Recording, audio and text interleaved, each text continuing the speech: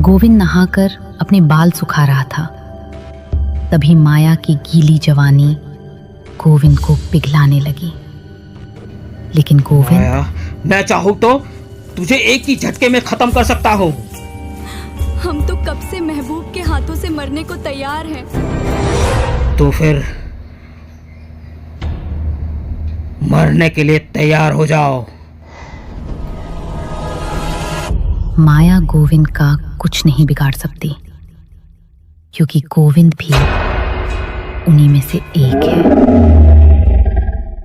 लेकिन पहले किसी और को मारने के लिए बेताब हैं ताब।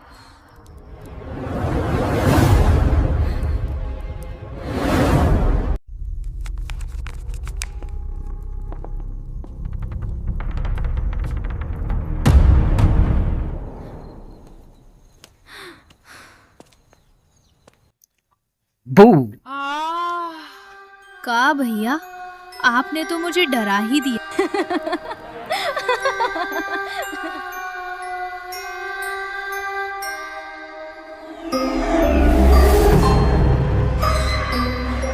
गोविंद अपनी बहन के साथ मस्ती करते हुए खाना खाने के लिए चल पड़ा। भैया, वैसे खाने में क्या होगा? का मालूम क्या होगा। भैया, अगर दाल चावल होगा तो मैं सारा खा जाऊंगी। इतने दिन कड़ी धूप में भटकने वाले दोनों भाई बहन ने पहली बार पेट भर के खाना खाया। लेकिन कोई और भी है जो कहीं सालों से भूखा है। अभी तुम खा लो, फिर मेरी बारी है।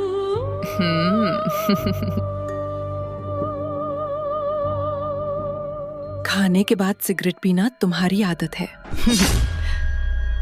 इसलिए मुझे पता है कि तुम्हें सिगरेट चाहिए। माया गोविंद को सिगरेट देती है, क्योंकि वो बचपन से जानती थी कि गोविंद खाने के बाद सिगरेट पीता है। तब तो ये भी जानती होगी कि सिगरेट पीने के बाद उसे कुचल देता हूँ। लेकिन गोविंद को नहीं पता था कि ये माया की चाल थी। और मैं सिगरेट को नहीं, बल्कि उसके पैकेट को ही कुचल देती हूँ।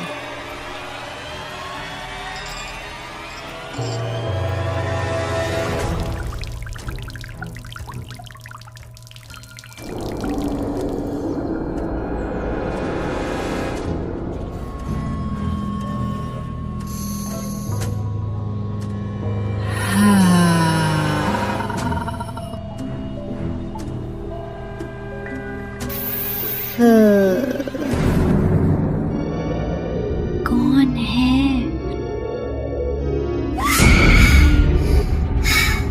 भाई,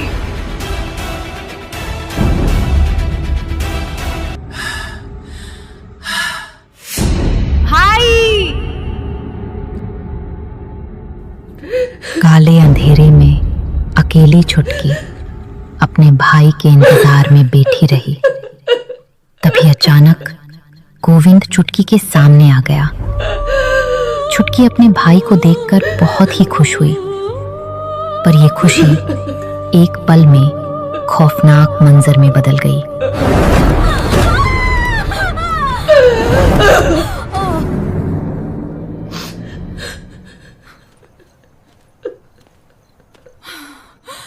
भैया, वापस आ जाओ भाई। चुटकी भागते हुए गोविंद के उस अतीत के सामने आ गई जो बरसों से गोविंद के इंतजार में थी। गायत्री।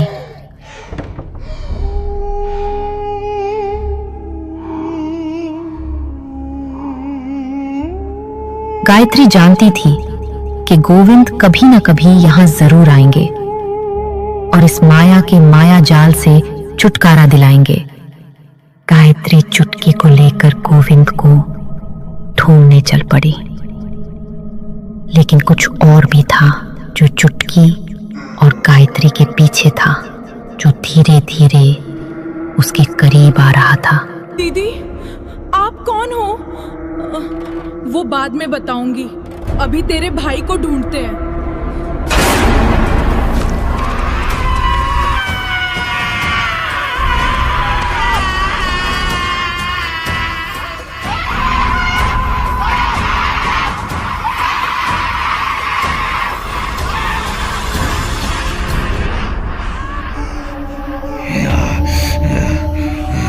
तेरे जैसी डायन आज भी मेरे पैरों की धूल के साथ चिपकी हुई है।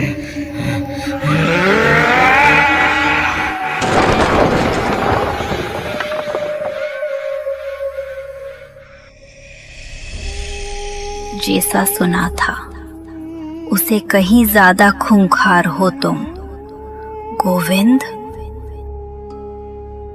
अपने भाई गोविंद को मिलकर चुटकी का कोई ठिकाना नहीं रहा। तुम कौन हो? मैं गायत्री हूँ, माया की बहन।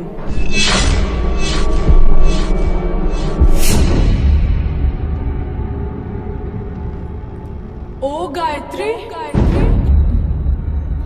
बहुत बड़ी गलती कर दी तूने।